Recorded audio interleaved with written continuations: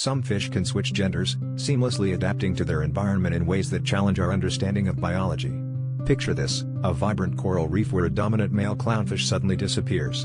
Instead of chaos, nature orchestrates a fascinating transformation. The largest female in the group steps up, literally changing sex to become the new male leader. This isn't a rare phenomenon, it's a survival strategy seen in species like clownfish and wrasses. These fish possess the extraordinary ability to alter their reproductive organs and roles based on social hierarchy or population needs, ensuring their community thrives against all odds. Scientists are still unraveling the mysteries behind these transformations, but it's clear that these fish redefine what's possible in the natural world, showcasing an incredible adaptability that leaves us in awe.